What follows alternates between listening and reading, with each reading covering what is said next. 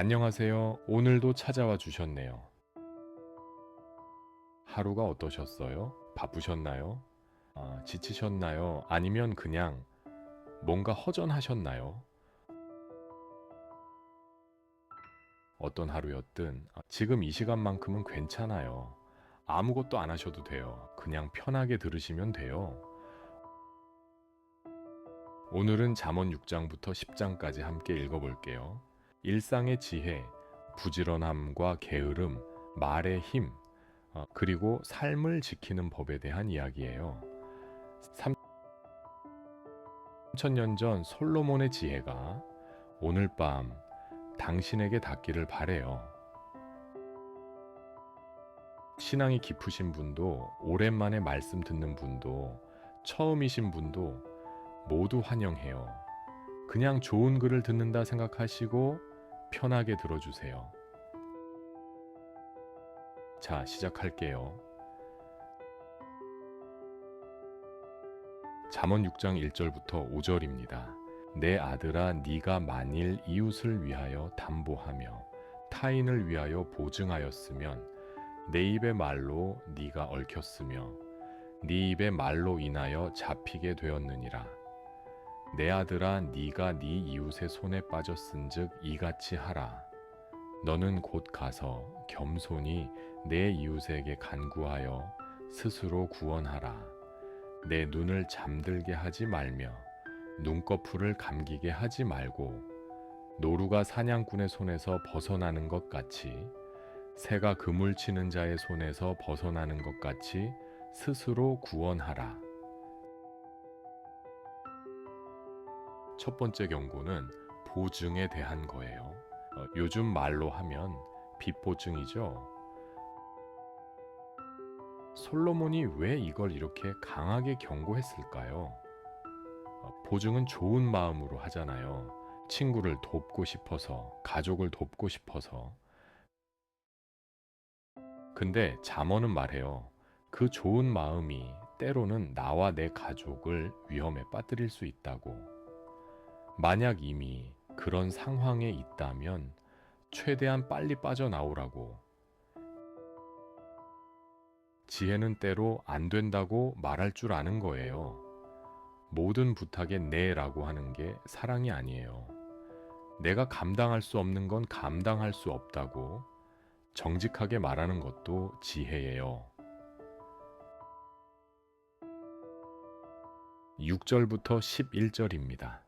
이번엔 게으름에 대한 경고예요.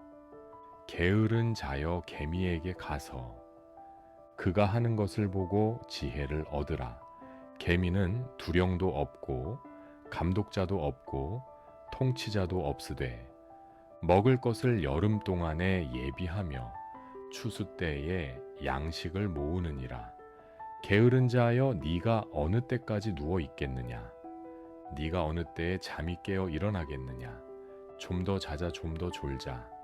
손을 모으고 좀 더 누워 있자 하면 내 빈궁이 강도같이 오며 내 곰핍이 군사같이 이르리라. 개미에게 가서 지혜를 얻으라. 개미는 아무도 시키지 않아도 이래요. 여름에 미리 겨울을 준비해요. 그게 지혜래요. 좀 더 자자, 좀 더 졸자, 좀 더 누워 있자. 이 말이 익숙하신 분 계신가요? 저도 솔직히 아침마다 이래요. 알람 끄고 5분만 더. 잠언은 말해요. 그러다 보면 빈 궁이 강도같이 온대요. 갑자기 예고 없이 확 온대요. 물론 쉼도 필요해요. 지친 몸과 마음을 쉬게 하는 건 중요해요. 하지만 게으름은 쉼이 아니에요.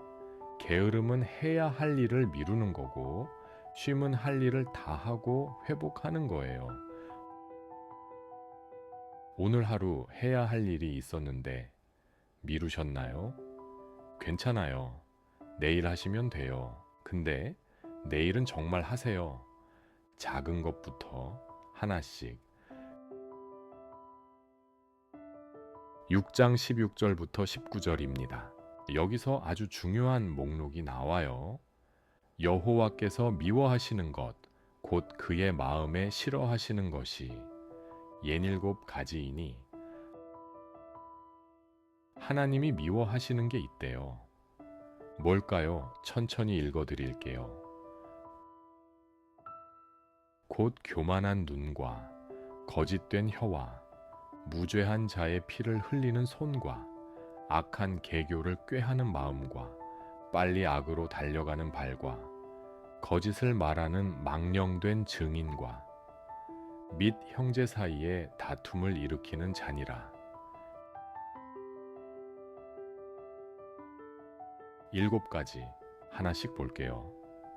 첫째, 교만한 눈, 남을 깔보는 눈빛, 나는 너보다 나아 라고 말하는 눈. 둘째, 거짓된 혀, 거짓말, 사실이 아닌 걸 사실인 것처럼 말하는 것. 셋째, 무죄한 자의 피를 흘리는 손, 죄 없는 사람을 해치는 것.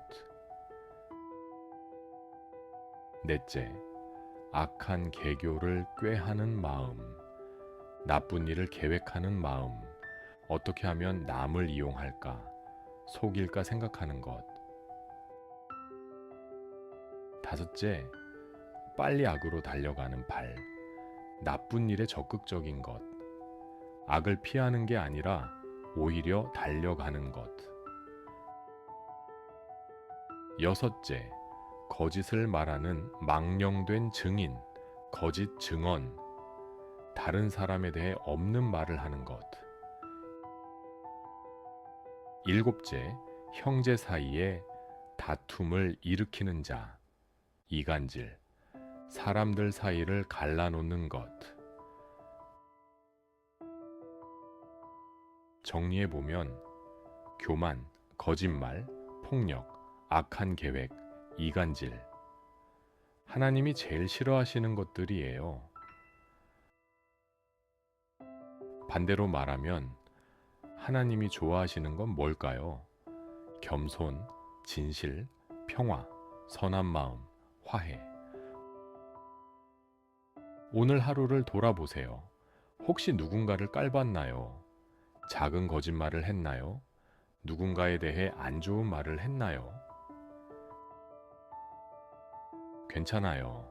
우리 모두 그래요. 완벽한 사람은 없어요. 중요한 건 알아채는 거예요. 아, 이건 좋지 않았구나. 그걸 알아채면 내일은 조금 달라질 수 있어요. 잠시 쉬어갈게요. 방금 거짓된 혀, 이간질 이야기를 했는데 혹시 당신은 그런 말에 상처 받으신 적 있으신가요? 누군가의 말 한마디가 오래오래 마음에 남아있을 때 있잖아요. 별것 아닌 것 같은데 자꾸 생각나고 자꾸 아프고 혹은 없는 말을 지어내서 당신에 대해 험담한 사람이 있을 수도 있어요. 억울하고 화나고 그런데 해명할 수도 없고.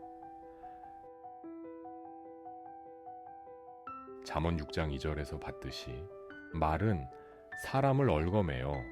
좋은 말은 살리고 나쁜 말은 죽여요. 근데요, 아까 읽은 말씀 기억나세요? 하나님이 거짓된 혀를 미워하신대요. 이간질하는 자를 싫어하신대요. 그 말은 하나님이 진실을 아신다는 거예요. 누가 거짓말을 해냈는지, 누가 억울한지 다 아신다는 거예요. 당신이 억울하게 당한 일, 해명 못한 일, 아무도 몰라주는 것 같은 일, 하나님은 다 아세요. 지금 잠시 그 상처를 떠올려 보세요. 그리고 마음속으로 이렇게 말해 보세요. 주님, 이 상처 주님께 맡깁니다. 저는 해명할 수 없지만 주님은 진실을 아시잖아요. 제 마음의 억울함을 주님께 드립니다. 이 무거운 짐, 주님이 들어주세요.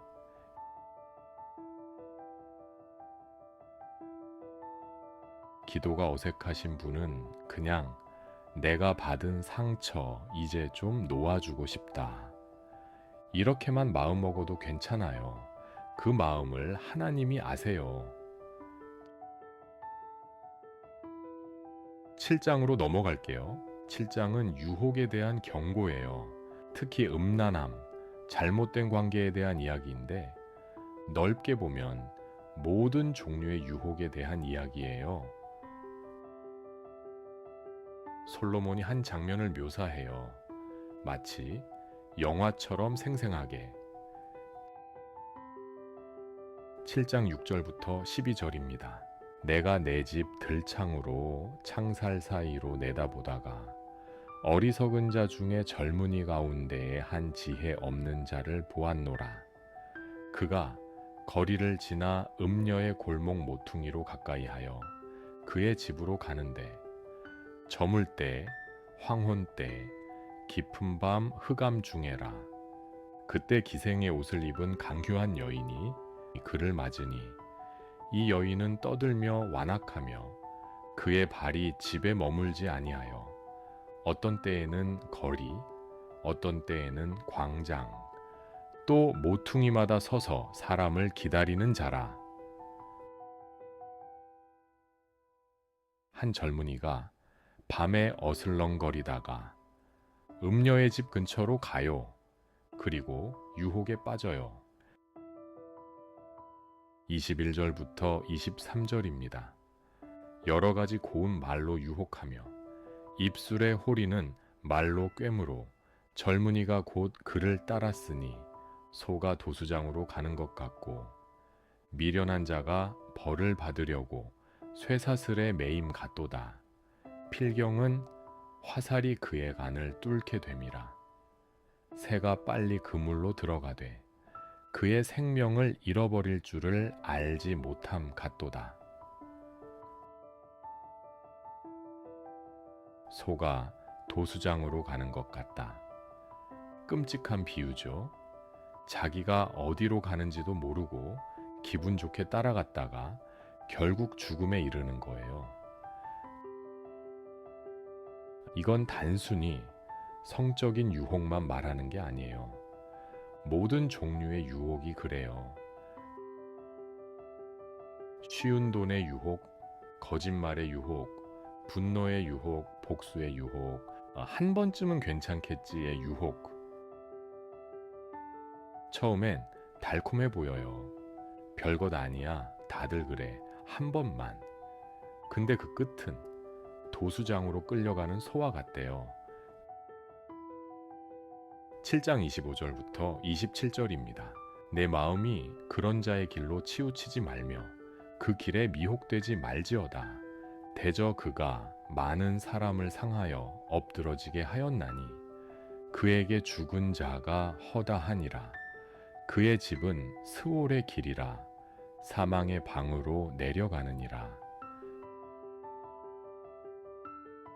무섭게 들리죠. 근데 이건 협박이 아니에요. 사랑의 경고예요. 아버지가 아들에게 거기 가지 마 위험해 라고 말하는 거예요. 지금 혹시 어떤 유혹 앞에 서 계신가요? 한 번쯤은 이라고 생각하고 계신 게 있나요? 잠시 멈추세요. 그 길의 끝이 어딘지 생각해 보세요. 8장으로 넘어갈게요. 8장은 정말 아름다운 장이에요.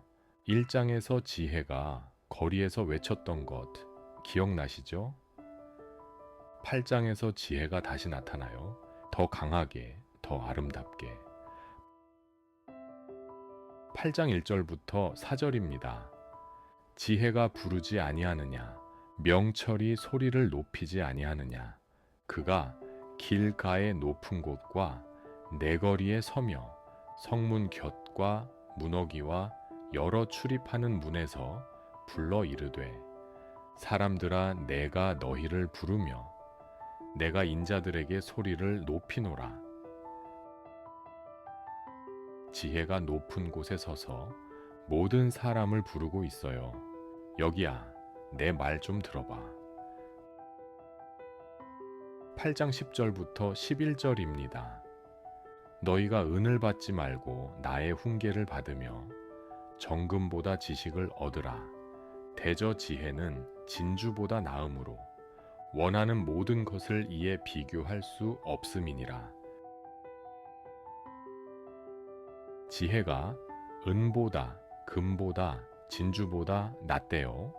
돈으로 살 수 없는 거예요. 아무리 부자라도 지혜가 없으면 소용없어요.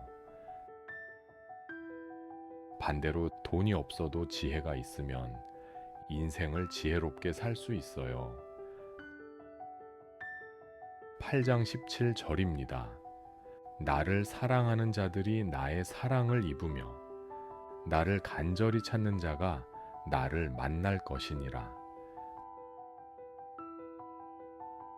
지혜를 사랑하면 지혜가 사랑해 준대요.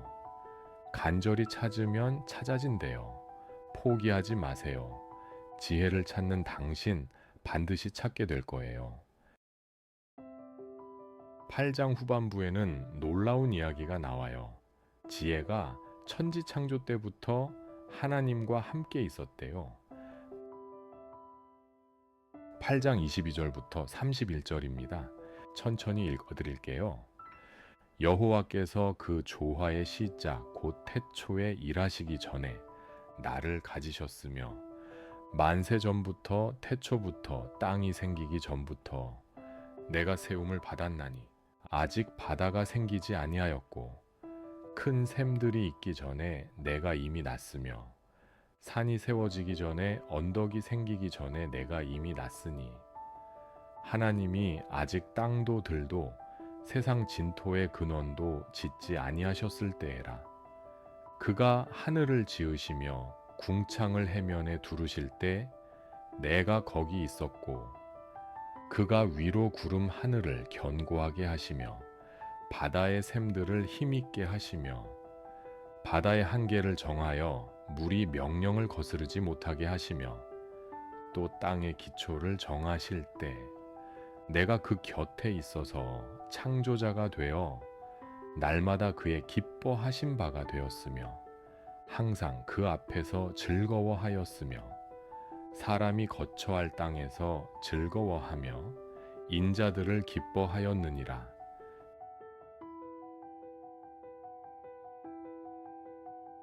지혜가 태초부터 하나님과 함께 있었대요.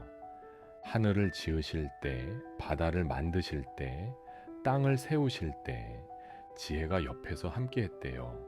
그리고 인자들을 기뻐했다고 해요. 사람들, 우리를 기뻐했대요.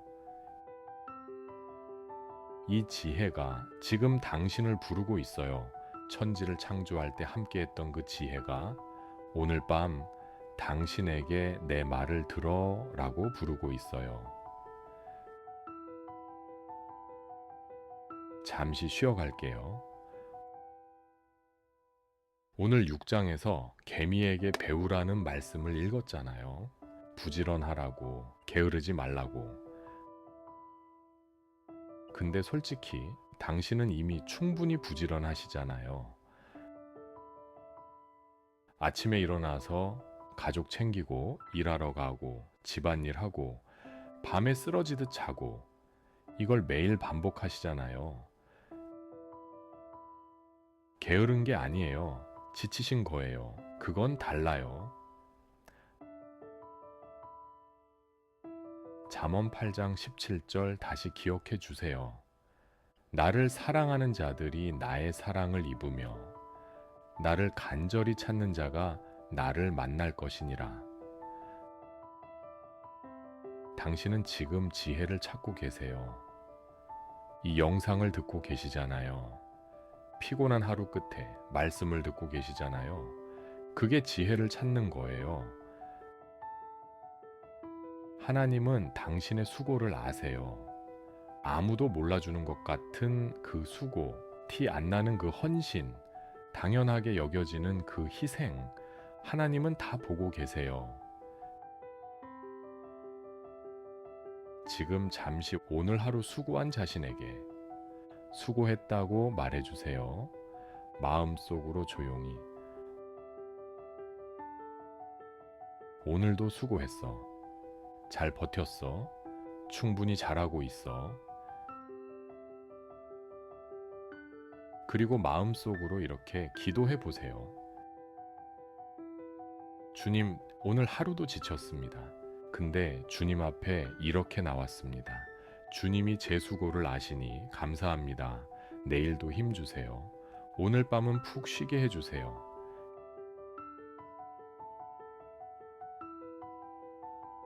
기도가 어색하신 분은 그냥 눈 감고 깊이 숨 쉬시면서 오늘은 여기까지, 내일은 내일 힘으로 이렇게만 생각하셔도 괜찮아요.